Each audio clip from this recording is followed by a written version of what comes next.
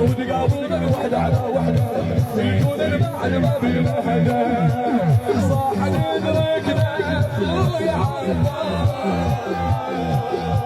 يا عباس يا اهل باخذها يا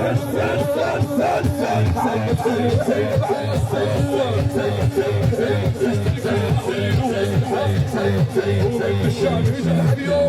اليوم هاي الحمايه الله اكبر حليب وين اهل الشامي